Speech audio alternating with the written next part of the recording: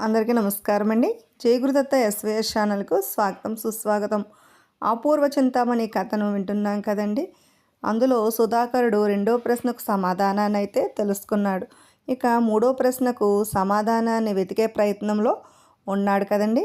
ఈరోజు చంద్రసేనుడు అతను కుమారులు కనిపించకుండా పోవడం, అలాగే యోగి వారిని ఎక్కడో బంధించి వేసిన సంగతి అయితే రాణి తెలుసుకుని యశోధరుడు వాళ్ళు తెలుసుకున్నది.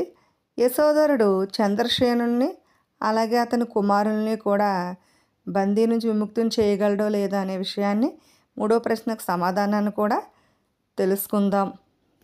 నిన్నటి భాగంలో అయితే రాణి తన భర్త అయిన చంద్రసేనుని గురించి అలాగే తన కుమారుల గురించి వెతుక్కుంటూ తన సోదరుడైన యశోధవర్ధను దగ్గరికి అయితే వచ్చింది. అప్పుడు యశోధవర్ధనుడు రాజును వెతికే ప్రయత్నాల్ని ప్రారంభించాడు. రాజకుమారులు కొండ గుహలో బంధించబడి ఉన్నారు అని యశోధవర్ధనుడు తెలుసుకున్నాడు. అప్పుడు ఏం జరుగుతుందో విందాం. యశోధవర్ధనుడు ఈ విషయాన్ని తెలుసుకున్న వెంటనే కొండ గుహకు అడ్డంగా ఉన్న బండరాయిను తొలగించి రాజుని రాజకుమారుని కూడా తమ ఇంటికి తీసుకుని వచ్చాడు. ఆ వెంటనే బయలుదేరి వెళ్ళి ముందు చంద్రవర్ధనుని బంధించాడు. ఇదంతా వినిన సన్యాసి పారిపోయాడు.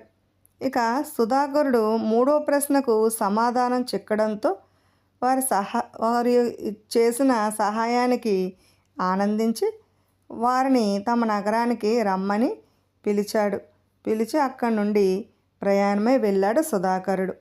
జరిగిందంతా ధీమంతుడు మహారాజుకు తెలిపాడు సుధాకరుడు. ఆహ్వానితులు అందరూ వచ్చారు. వారికి జరిగింది వివరించి అందరినీ అతిథి భవనంలో ఉంచాడు ధీమంత మహారాజు. ఆ తరువాత సుధాకరుడు చింతామణి తలనరికే ప్రదేశానికైతే చేరుకున్నాడు. గంటను మ్రోగించాడు. చింతామణి అతన్ని చూసి అదిరిపోయింది, ఆశ్చర్యపడింది. సుధాకరుడు చావడానికి సిద్ధమై వచ్చాడని తలచి సన్యాసిని వేడుకొంది.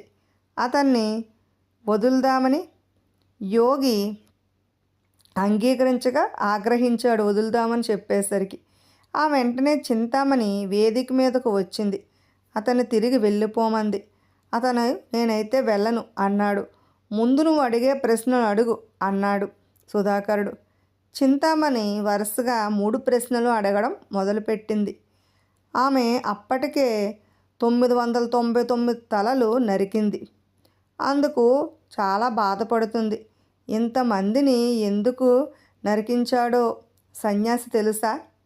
మహాకాళికి 1000 మందిని బలి చేస్తే ఆ దేవి ప్రత్యక్షమై ఆ సన్యాసికి కోరింది ఇస్తుంది.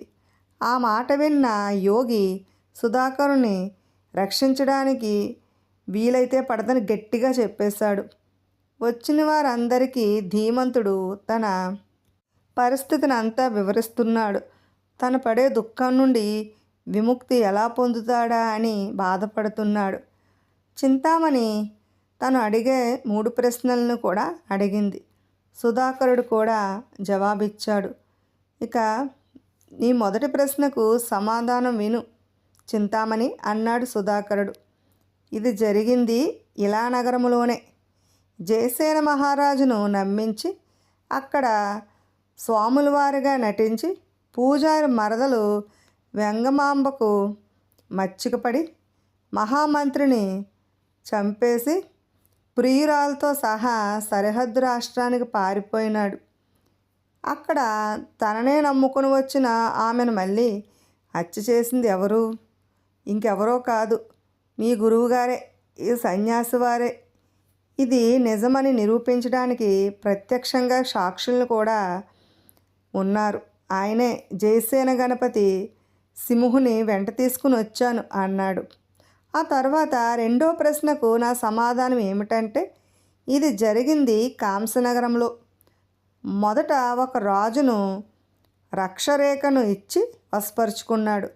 ఆ తర్వాత విషాదపురేశ్వరుడను కుటుంబ సమేతంగా చెరసాల్లో ఉంచి ఆ తర్వాత ఆ రాజదంపతులను కారాగారం నుండి తప్పించి వెంట తీసుకువెళ్ళి దారిలో రాజును తప్పించి రాణిని పొందడానికి ప్రయత్నించిన తరువాత రజత నగరంలోనూ రభస చేసి వచ్చిన హఠయోగి ఎవరనుకుంటున్నావు? నీ గురువే. ఈ రాజదంపతులైన కేదారగుప్తుని రాణి రత్నప్రభను మరనాడే కొలుసుకున్నాడు. సంబంధం లేకపోయినా సరే విజయశేఖర మహారాజు, కేదారగుప్త మహారాజులు నాతో వచ్చారు, ఇక్కడనే ఉన్నారు అన్నాడు. యోగి అతను చెప్పుందంటూ వింటూ కూడా కంగారు పడుతున్నాడు. ఇంకా నీ మూడో ప్రశ్నకు సమాధానం ఏమిటంటే, ఇది జరిగింది రజిత నగరములో నూతన వధూవరులను ఆశీర్వదిస్తూ అక్కడ స్థానం కల్పించుకున్నాడు. అక్కడ రాజు సహకారంతో నటరాజు దేవాలయం నిర్మించి యుద్ధంలో విజయం సాధించి వస్తున్న తండ్రి కొడుకులను గుహలో బంధించి ఓడిపోయిన వాని సహాయం కోరి రాజై సింహాసనం ఆక్రమించిన ఈ యోగనందనుడే ఈ గురువు హఠయోగి. ఆ దంపతులు సుఖంగానే ఉన్నారు. వారిలోని హరిచందన, చంద్రసేన మహారాజులు ఇద్దరూ అక్కడే ఉన్నారు. ఇది నీ మూడో ప్రశ్నకు సమాధానం. ఆయన అడిగిన 3 ప్రశ్నలకు సరైన జవాబులు చెప్పడంతో గుప్తయోగి భయపడిపోయాడు. అక్కడి నుండి తప్పించుకుని పారిపోవాలని ప్రయత్నాలు కూడా చేస్తున్నాడు. ఆ సమయంలోనే ఆ ప్రాకారం చుట్టూ కాపలా ఉన్న భటులు అతన్ని బంధించారు. లంచం ఇస్తానన్నా వాళ్ళు వినలేదు. బెదిరించాడు, అయినా వారు ఒప్పుకోలేదు. వెంటనే ఆ సన్యాసిని నోటిలో ఉన్న పళ్ళను మొత్తం ఊడగొట్టేశారు. రాజు ధీమాతో తలను నున్నగా గొరికించి మొహాన్న సున్నం బొట్టు పెట్టించి మెడ నిండా చెప్పుల దండలు కూడా వేయించాడు. చెప్పుల దండలు వేశారు. అతన్ని మరుద్వతీనగర్ వీధుల్లో గాడిద మీద ఊరేగించారు. వీధుల్లో ఇళ్ళవాళ్ళు ఆ గుప్తయోగిని చీపురు కట్టలతో గట్టిగా కొట్టారు. ఆడవాళ్ళు చెప్పు దెబ్బలు కొట్టి అతన్ని బంధించి చంపాలని అన్నారు ఆవేశంతోనూ.